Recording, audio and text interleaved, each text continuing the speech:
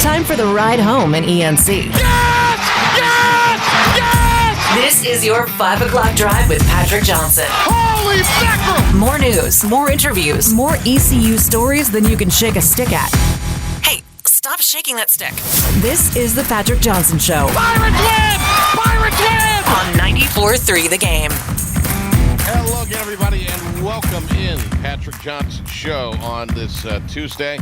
As we have a great guest today, we're going to talk to our friend Joe Giglio from the OG podcast coming up in just a little bit. Pilk is here. Great P-Man is here. Do we have an intern today, Pilk, or no intern on this? Flying solo here in the Radio Ranch. Right. Very good. Let's see. We've got our top 5 at 5. We got Giglio coming up. I don't know if you caught this, Pilk. We had the legendary big guy, Matt Maloney, on the show yesterday. A lot of people talking, sending messages about that. They love having big guy on. The other thing we had yesterday was we made the executive decision, since we didn't have a student athlete on the coaches show last night, Inside Pirate Athletics, we had big guy on for a second. And I don't know if you missed that or if you I was there. if you'd left. But man, how great to have the big guy on in a double dip. I think he enjoyed coming on both shows yesterday.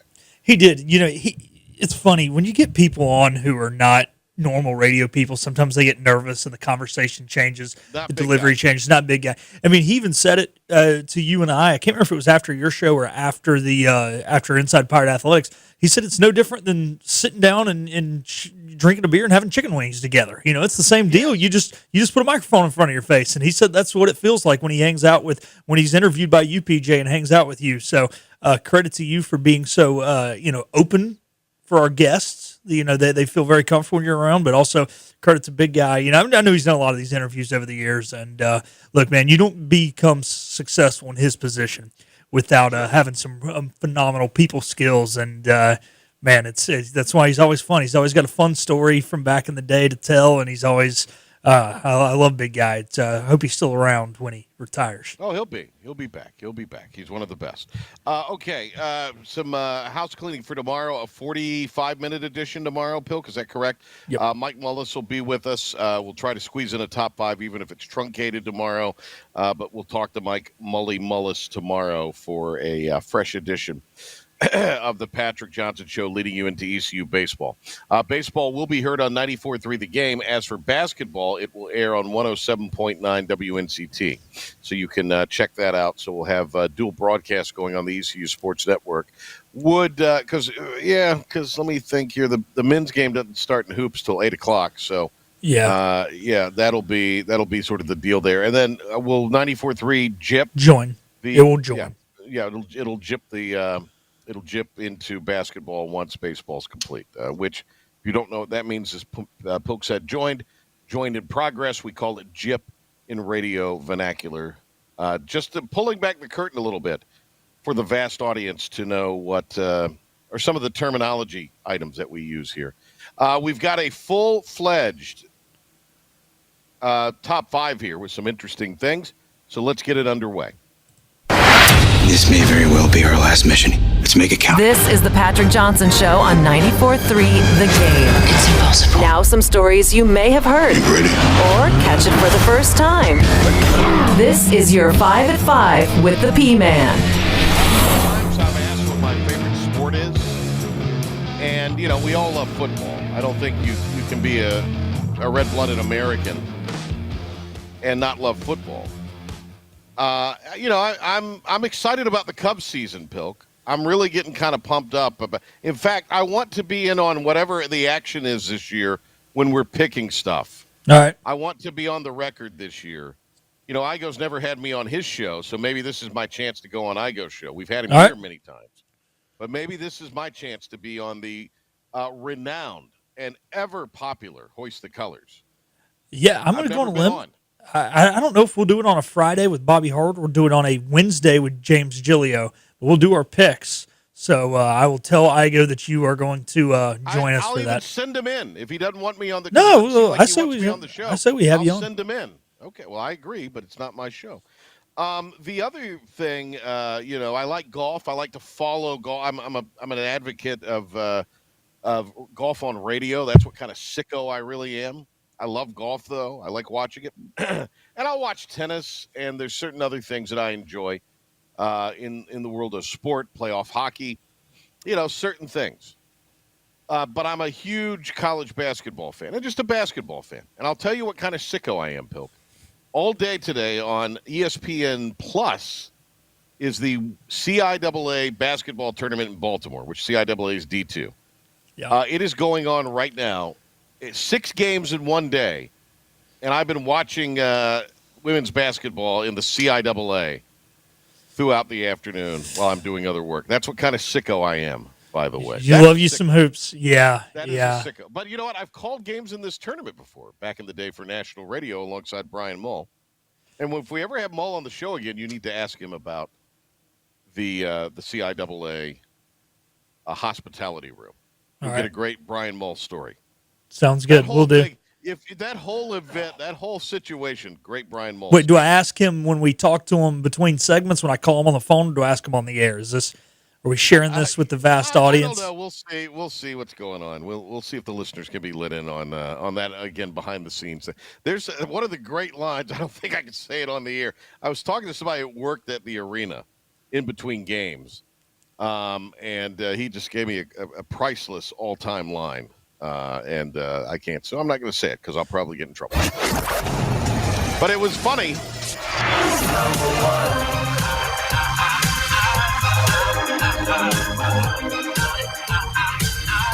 Number one. It was funny. It was a great line. Now I'm intrigued. You're going to have to tell me after the show. You're going to have to text me after the show. Tell you off the air. All right, what do we got? We got rich people only care about other rich people and don't care about us average folk because Clemson. Breaking news for you. Yeah. Clemson only cares about playing Georgia instead of playing East Carolina and has now put Georgia on their schedule for opening week of 2029, punting the ECU game to 2034. First, 2 things. First of all, credit to Clemson for at least keeping East Carolina on the schedule. Okay, so they quasi care about us common folk. Right. I also think if I'm Blake Harrell, I'm a little more excited maybe about the 20 about that season. This happened. I think right after we went off yesterday, we got word that this had happened. Because we ended the show. I wouldn't say we ended it early, but just the way the segments went, it stacked up. We had to get our breaks in and that kind of thing. So all of that happened. And maybe we did we? Maybe we talked about it. I don't know. No, we didn't. We were literally I was unplugging the stuff. Yeah, and you flashed me your phone. Yeah. So I think I originally thought yesterday, well, maybe this could be used in some sort of bargaining chip, and I still think that could be the case towards getting a game for is it next season or the 27th season that we lack a game right now? 27. Yeah. So, next year. Yeah, not this coming up, but next year. 26 then. 26. We're in 26. Right. The 26th season, though, for football is in the fall. Yeah. Yeah, it's this calendar year. So it's next year, 2027, we're lacking a game. Yeah. 27, we're lacking. Okay. All right. I got a little confused there. I'm sorry. I'm so locked in on women's season. Yeah, that's what it is. Hey. But that gives you maybe a chance to structure a home and home, which I know it's getting late early, but I mean, so I don't know. Maybe that's a possibility. I think the benefit out of this right now and the thing to watch will that game be played in 2034? Yeah, I don't know. And even for your mention of the home and home, they're almost booked up all the way through 2038 right now. Clemson is. East Carolina, obviously, plenty of other dates. I'm not talking about Clemson and a home and home. I'm just saying, could you use that date? Oh, with yeah. a potential 27. 29, yeah. It gives you a little bargaining in a normal home and home if somebody, the right – and I realize the right things have to happen. Yeah, maybe a Coastal is available both those dates. I know there's been some talks about that. Maybe you do a home and home with them on those years. Yeah. It would make sense, and I don't think anybody'd be mad at it. I wouldn't. So. Number two. Number 2. Coach Logan's going to have to get used to going for it on fourth down, because if you cross the 50-yard line in any way in the UFL, you cannot punt. Even if you take a penalty or a sack that puts you back behind the 50, unless it is in the final 2 minutes of either half and you are not trying to give the ball away. That is the only time you can punt, once you've crossed 50. Also, any field goals over 60 yards will be worth 4 points, and no tush push. And there's a bunch of other rules too. There was like 12 rule changes or something, but those are the main ones. And 1 foot for catching. Yeah, 1 foot for a catch. We know PJ's happy about that. Well, I think if you did that in the NFL, everything would be a catch. There would never be any intrigue. No, in fact, I think we ought to get to the point where you got to have 2 feet down. I'm a 2 feet down in everything, college included. Okay, good. Yeah, I'm too. Yeah. As for this, how many times do these rules changes get implemented in these spring leagues, for example, and then we see them make their way into the NFL? Or there's you think back to the original XFL and the Sky Cam and the on-field cam. I mean, a lot of that utilized in today's NFL as like it's been baked in the cake. So I'm with you, Patrick, but I don't see the NFL ever going to you can't punt past the. If they do, honestly, I would quit watching. It's taken. The NFL's done a lot of stuff to tick me off. If they make it where you have to go for it on fourth down on the inside of the 50, I'm going to quit watching. I kind of like the idea. Maybe not. Maybe inside the 40. I don't know. But I get the punt is part of the strategy. Yeah. Can your punter pin somebody? So I hear you there. The tush push thing will be very popular with actual coaches in the NFL. Yeah. That will be actually very popular and subtle, but popular. And could that be a precursor? I actually like the 4-point idea. I think it adds an element of the game. Now, the level of kicker in the UFL, it's probably a surprise if somebody hits one that's 60 yards. Yeah. With any bit of regularity. But, I mean, guys in the NFL now are hitting field goals of 55 or more yards with a pretty good degree of consistency. Now, yeah, I like it for the spring league. Maybe what the NFL would consider is if you make a 60-yarder or 55-plus yarder in the last 2 minutes, because they've talked all these years about the 4-point line in basketball. And, I don't know. To me, and I'm like you, it's a spring league thing. Let's get crazy here. Let's experiment with some rules and see how it goes. Yeah, I don't know if I'd want to see a 4-point field goal, though, in the NFL. Spring league, it kind of makes it fun. I still kind of feel bad for the coaches. And then if you're a punter and you're trying to make it, now you're only being judged on hang time and distance. Yeah. You're not being judged on how well you can pin the ball because you're not having pin opportunities. So, it's kind of not fair for the punters, I think. I mean, it keeps the game up going fast, a lot of offense, I get that. But you gotta play real football. 3. Real football? Yeah. Speaking of real football, football, Phillip Rivers' son, Gunnar Rivers, a 3-star commit, has committed to play for Papa's alma mater, the Wolf Puppies of NC State.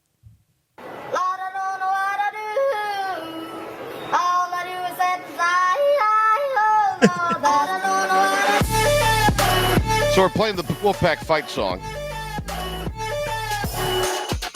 I think the thing there is what he's got we'll talk to Giglio about this, but he's got a legacy to live up to.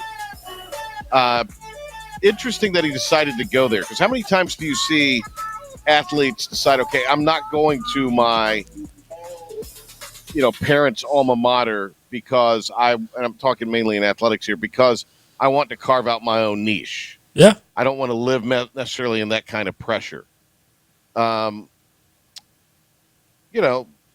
me, I think to me that is the thing that would seem to be the win here for NC State. You got a legacy player. Now I hope he's successful. If he's even half as successful as his dad, he'll have a good career. I guess one of the rankings dropped him down like a 3-star. Yeah. from a 4-star, and so the NC State Twitter got their panties in a bunch. But you know what? Anytime that the Wolfpack Nation can get its panties in a bunch, I'm here for it.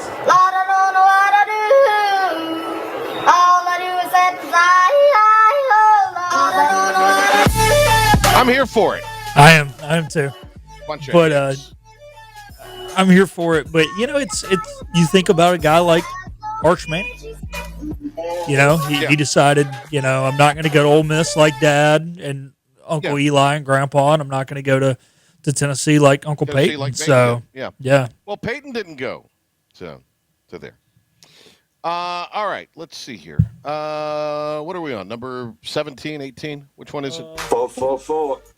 All righty, number 4. The U.S. men's hockey team will be heading to the State of the Union tonight. Women's team declines due to scheduling issues. PWHL does not start back till Thursday. I do think some of the college players have games getting back. So it'll be interesting to see. If they decline they'll probably get an invite to the White House over the summer. If they decline then, one would think, yeah. Yeah, we'll know that it's them not wanting to go. If they accept then they really had scheduling issues.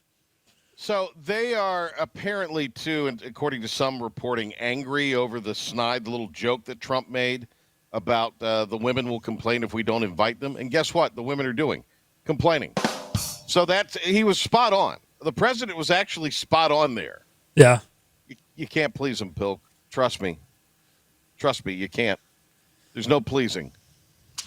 It's still a cool thing to go to the State of the Union if you're the hockey team. Oh, I think so, for sure. I wonder, usually during these State of the Union, which is just partisan political theater. Yeah. The opposing party or the party that's not in the presidency will not stand and applaud for the applause lines, where the party that is in power in the presidency will, eagerly rise to their feet. Will there be anybody that will sit when they acknowledge the American hockey team? Because if that's the case, then whoever does not stand for that, if they're physically able to and they cannot, then we should deport them. That's all I'm saying, Bill. I agree. They won your country a gold medal. That's all that matters. Right, deport them to Canada. Send them to Canada. Yeah. Have fun with maple syrup and bad rum.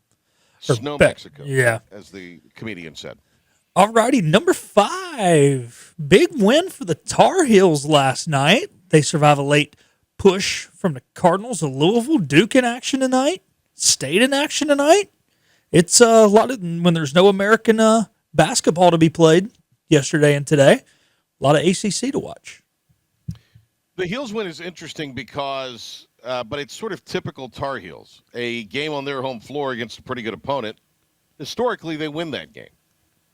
They did come back. And look, they're doing it without their best player.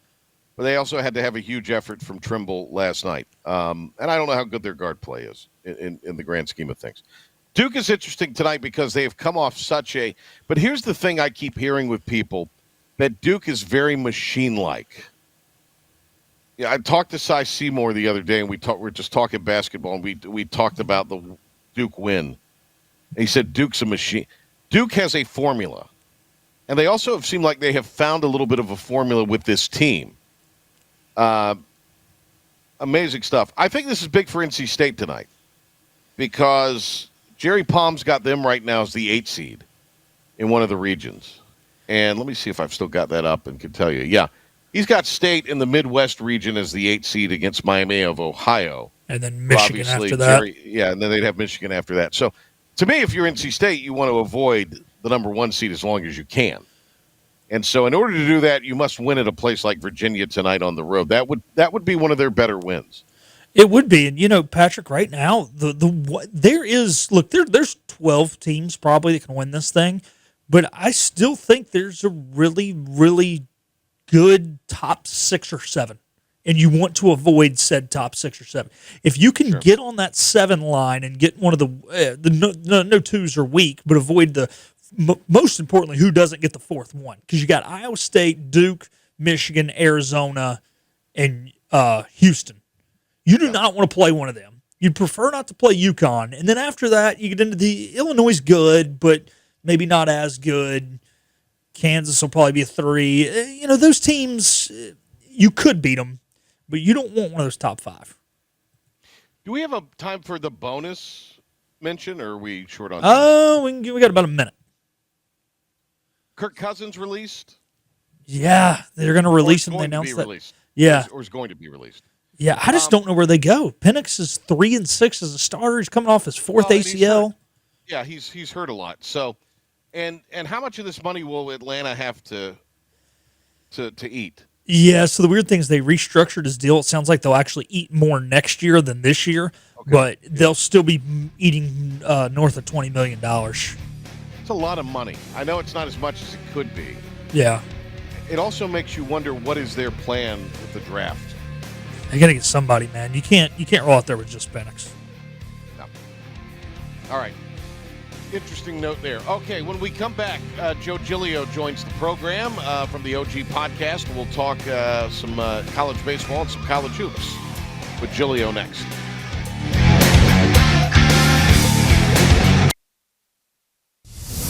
Back to the Patrick Johnson Show on 94.3 The Game. Welcome back. We got a jam-packed show, so let's get started. Deep breath. Here we go. Well, to elaborate on some of the things we just talked about in our opening segment and get some thoughts and analysis, we welcome in the father of James, Giglio, because that's what he's known as now around these parts, the great Joe Giglio from the OG podcast, joining us here on the Patrick Johnson Show. Joe, how are you, buddy? I am great. I actually just saw James on Sunday at Boshamer Stadium for a 5-inning condensed game between the Pirates and Tar Heels. And that had to be kind of cool for you to see him in a place you've been before and a town you've covered many games in over the years, to see there he is, your son, covering games and doing a great job, too, by the way.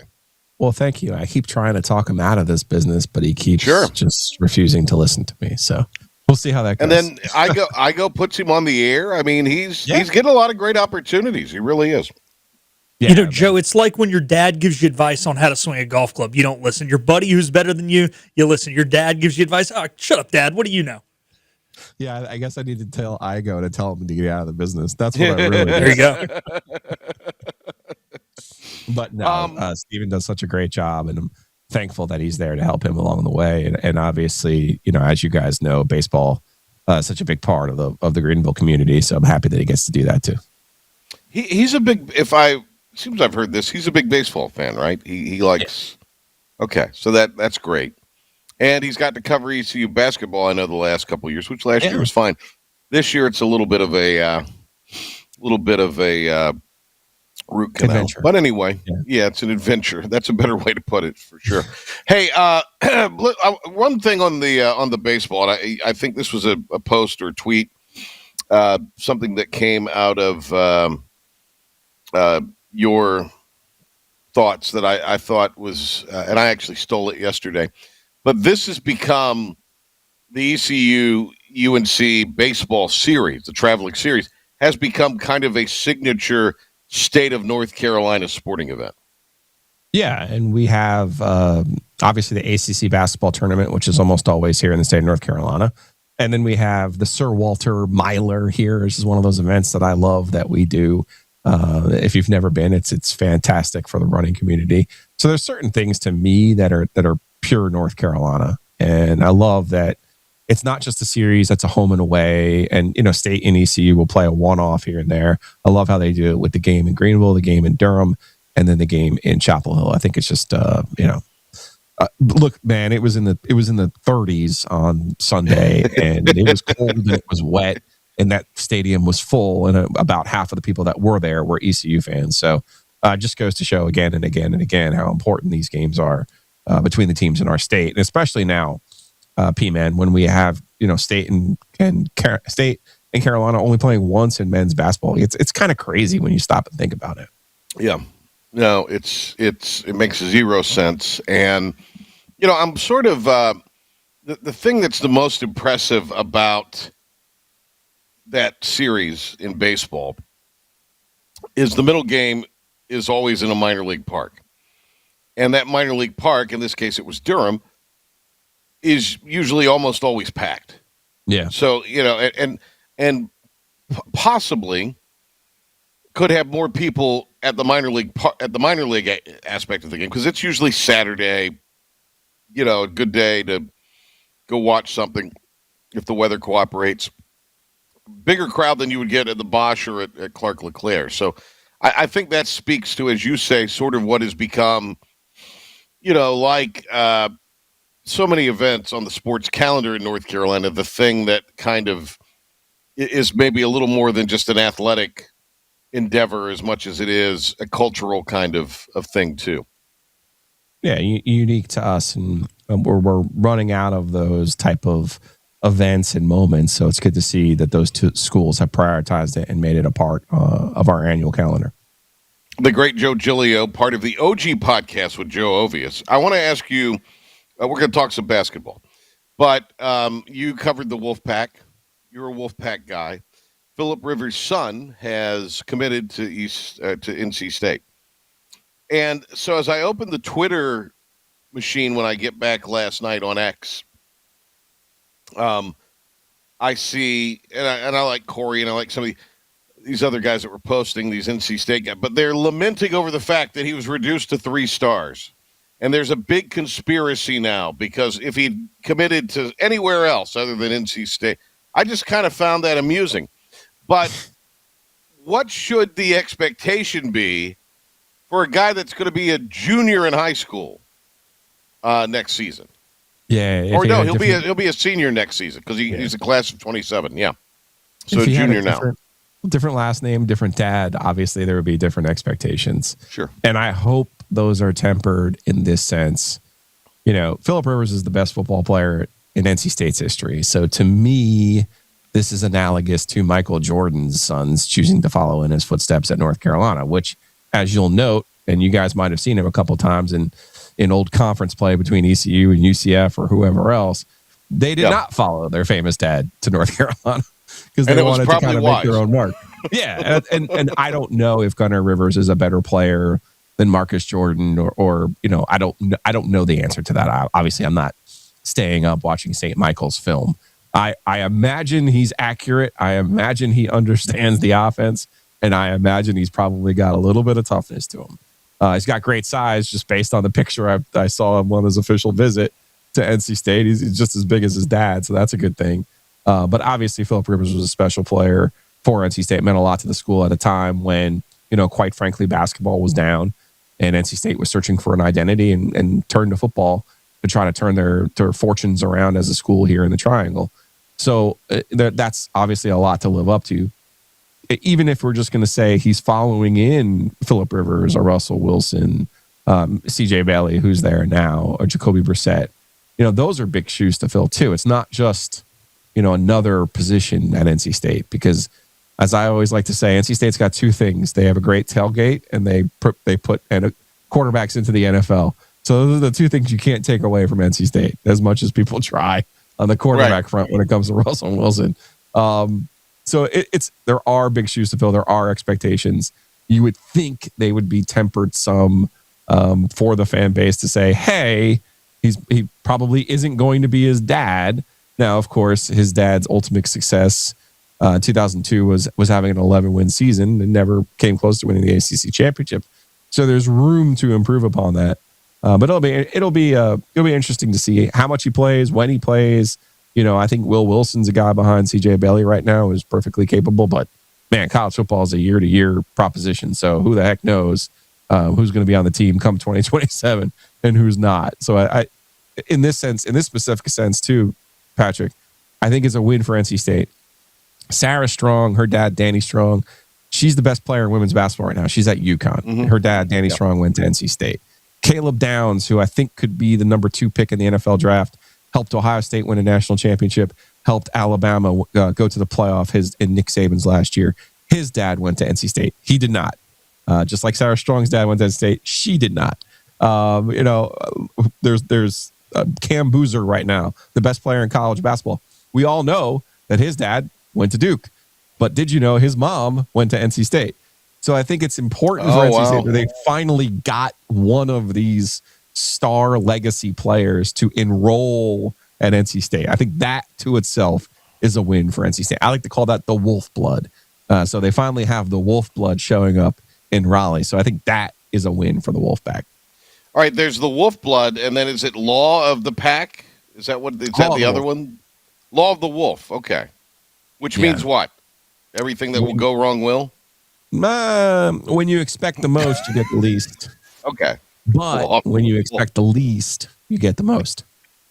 I see. Oh, that's intriguing. That is intriguing. All right. The great Joe Giglio from the OG podcast is with us here. Okay. Let's talk some hoops now.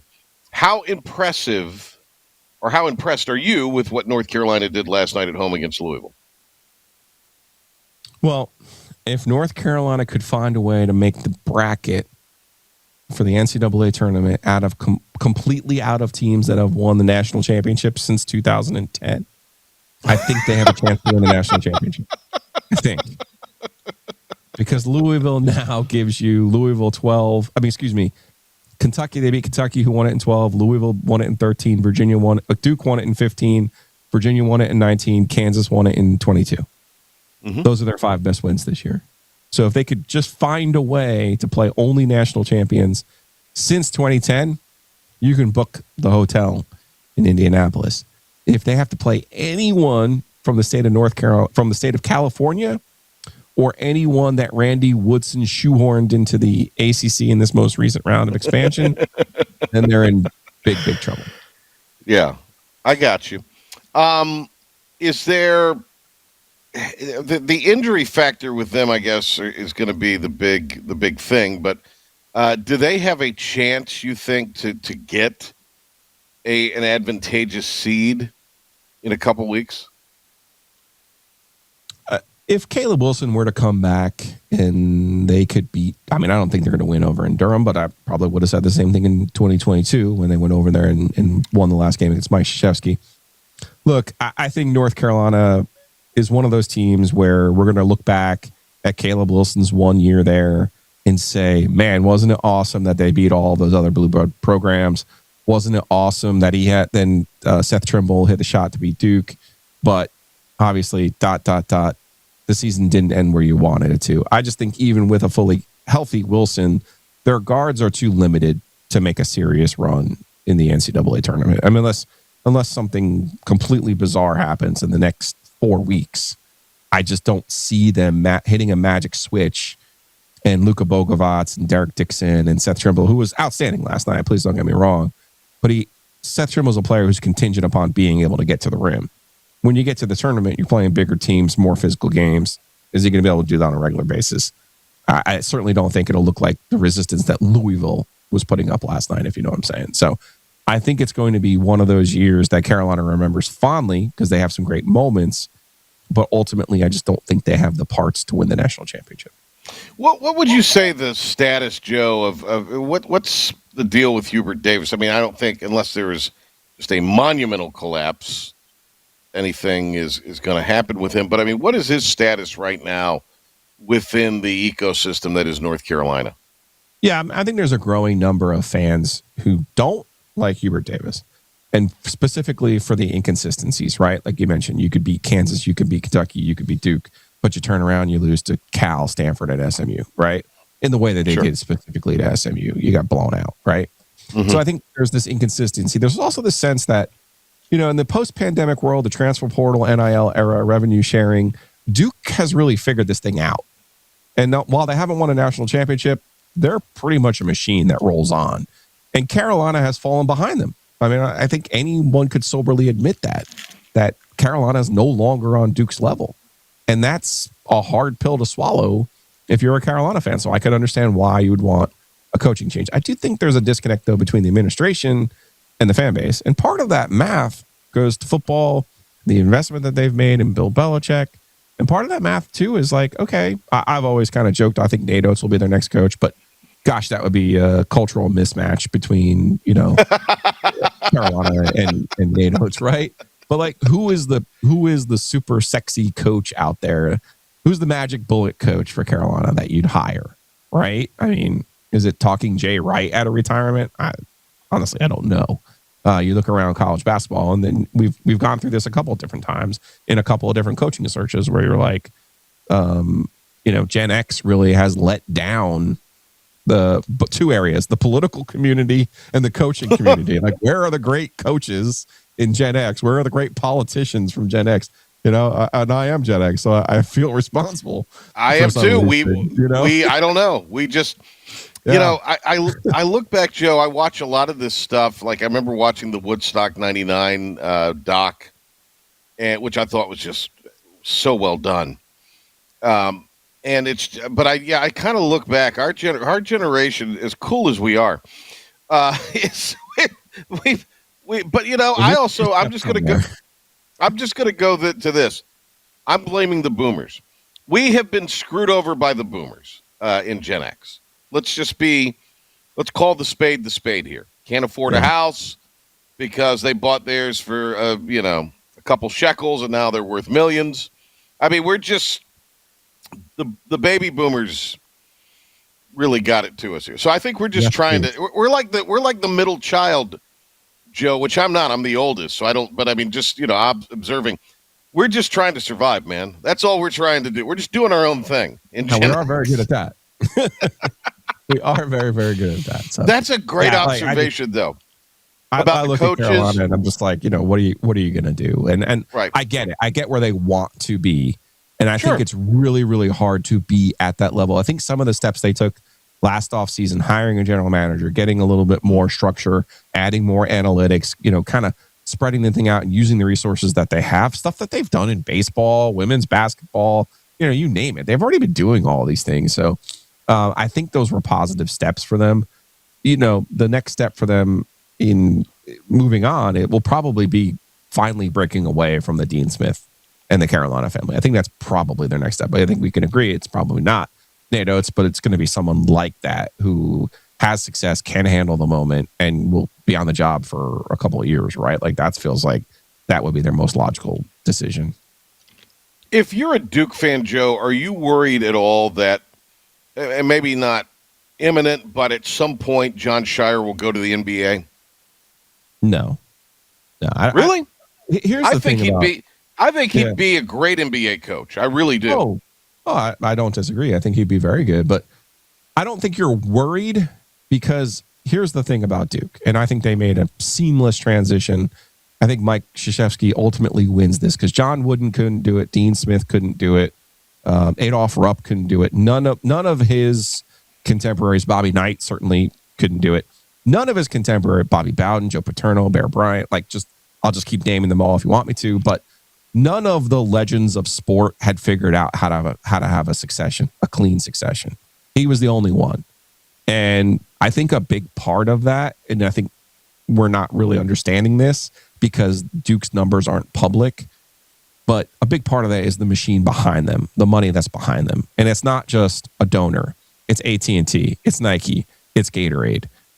They get legit money from sponsorships that other schools don't get, or at least we don't see. This isn't Texas Tech with one billionaire. This is an actual operation. And we know this because it's transferred and translated over to football now. So if football can go from the footballiest football coach ever in Mike Elko to Manny Diaz without slipping, I'm actually confident at this point that Duke could go from John Shire to whoever comes next and still not lose a beat. I honestly believe that. Okay. If obviously you got to come out tonight and have at least a decent showing against Notre Dame. Duke, just talent-wise, should win. I'm anxious to kind of see their focus as they come out. But is it a successful season for Duke? Or I guess what would you make? Because to me, if last Saturday is the signature moment of the season, it's probably not the season that Duke fans wanted. It was a great moment. In the here and the now, it was an awesome moment. It was a great game. I thought they played outstanding, especially defensively. And they didn't crumble when their shots weren't falling, like we've seen a lot happen in these games where they have had Houston, Texas Tech, and North Carolina come back on them. Yeah. So, do you see last Saturday at all as a building block or kind of a launch point? It could be. I think it helps them to have success in that building because that's where the regional final will be. So that's a good thing. This Duke team is super unique in this sense. They're much greater. The sum of their parts is much greater than the individuals. I think Boozer's a really good player, and he's the best player in college basketball. But I think the rest of the guys they figured out a way to play together and play off of Boozer that has made them a super dangerous team. And a lot of that is rebounding, a lot of that is defense. And those are important things. So their identity has kind of been building and growing as the season's gone along, but it's come a long way since the games against Florida State and Georgia Tech, where they gave up 79 and 87 points to, let's be frank here, not very good ACC teams. From that point, they figured out how they need to play. I think that was on full display on Saturday against Michigan. But I've had a couple of running theories about this Duke team. My number one is they're the 1998 Tennessee Volunteers football. That team, you'll remember, won the national championship. No one expected them to win the national championship because Peyton Manning couldn't win it in 4 years. Cooper Flagg didn't get 4 years at Duke, obviously, but they got one really good one, and they didn't win. And I think most people went into this season thinking, wow, man, how the heck did Duke not win it with Cooper Flagg and Con Knippel, Malwatch, all these other guys? And it's like, look where they are, right back. And I think they have big potential to take care of that this year. We'll see. Mike Krzyzewski, we talked to John Shire before the season started. We even said, sometimes you're the best team and you don't win. That was Duke in 1999. Yep. But the basketball gods paid them back in 2010, oddly enough, when John Shire was their point guard. We even said to John, the basketball gods probably owe you one. When do you get it back? Is it this year? It could be. It could very well be. What is the ceiling for NC State? They're on, according to our guy Jerry Palm, our buddy, they're on the 8-9 line right now. What's the ceiling? Need to get out of that 8-9. Yeah. Because you don't want to play one of those 4 teams, and obviously they won't be matched up with Duke. So that probably knocks you into an Arizona, Iowa State type. You don't want to be screwing around with those teams, to be perfectly honest with you. I think the Sweet 16 is probably their ceiling. And that's pretty good given where they started the year. I just think they're not overly athletic team. They have figured out how to defend better, but they're a smaller team. They're not overly athletic. When they hit their shots, they can be a dangerous team, but you're asking a lot to do that for however many straight games, 4 to get to the Final Four, or however many you would need to win the ACC tournament. Even I think and even up until the last game, even up until the Carolina game, Will Wade's been reluctant to play Paul McNeil and Matt Abel together. Those are his 2 best shooters. They kind of play the same spot.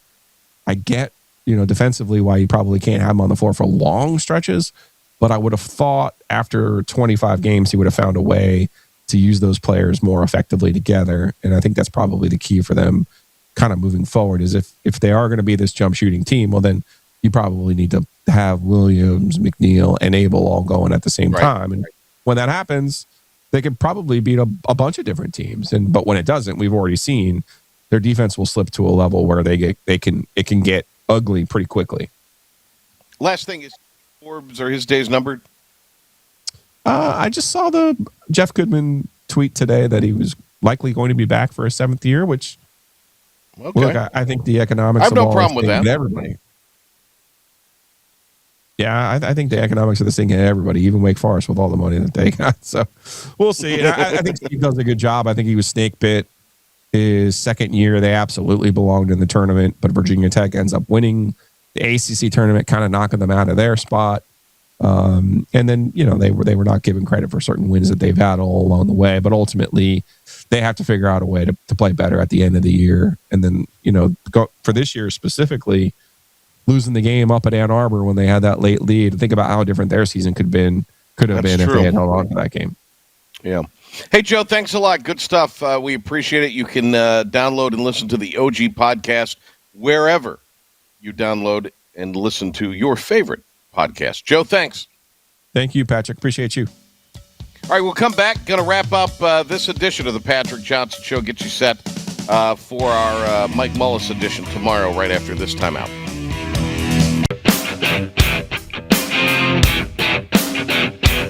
And now, the stunning conclusion.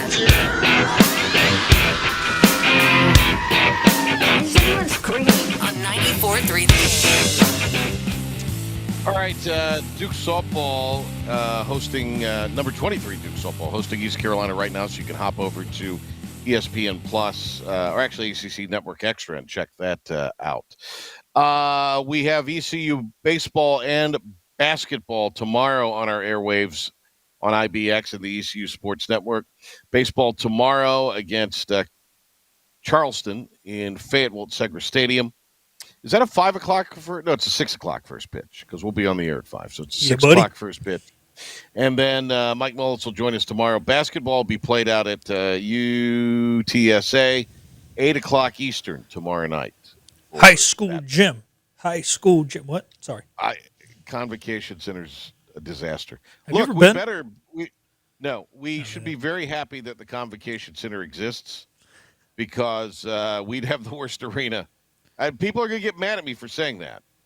And I don't mean the fans. I mean probably some of the admin people. But, I mean, we got to – don't get me on the soapbox. We got to figure out something with Minji's. There's got to be a way to get that just looking better. And, I mean, the seats were a major improvement, the chairbacks. But just so much wasted space in there, not having a lot of essential things. And look, it's just – I'm not just talking from a basketball standpoint. I mean, the high schools and the community college use it for their graduations. I mean, it is a signature showpiece event of the community. So let's clean it up a little. Let's do let's think outside the box with ways to make Minji's great. And I'm not even going to say again, just make it great. All right, let's take a break. Maybe I'll be back. Who knows? After that guy, I went strong on that one. I think You did. Well, you finished. Something's got to be done. I did finish. I threw it down like Jordan Riley tried to on that tall redheaded fella. All right, we're going to greet you in the morning on Talk of the Town, and then back here with Mike Mullins tomorrow for the Patrick Johnson Show. Enjoy your evening.